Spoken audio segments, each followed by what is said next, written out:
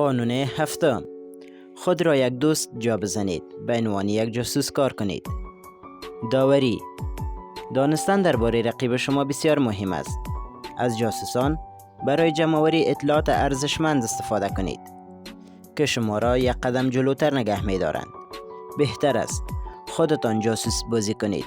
در برخوردهای اجتماعی مؤدبانه کاوش کردن را بیاموزید. سوالات غیر مستقیم مطرح کنید تا مردم نقاط ضعف و نیت خود را آشکار کنند. هیچ مناسبتی نیست که فرصتی برای جاسوسی هنرمندانه نباشد. قانون هشتم، دشمن خود را کاملا در هم بشکنید. داوری، همه رهبران بزرگ از زمان موسی می دانستند که باید دشمن هراس‌انگیز را کاملا در هم بشکنند. گاهی اوقات آنها این را به سختی یاد می گرفتند.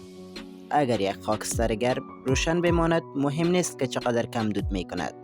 در نهایت آتش رخ می دهد. نباید تا نابودی کامل از خود کوتاه بیایید، زیرا دشمن بهبود خواهد یافت و به دنبال انتقام خواهد بود. او را نه تنها از لحاظ جسمی بلکه از لحاظ روحی هم از بین ببرید.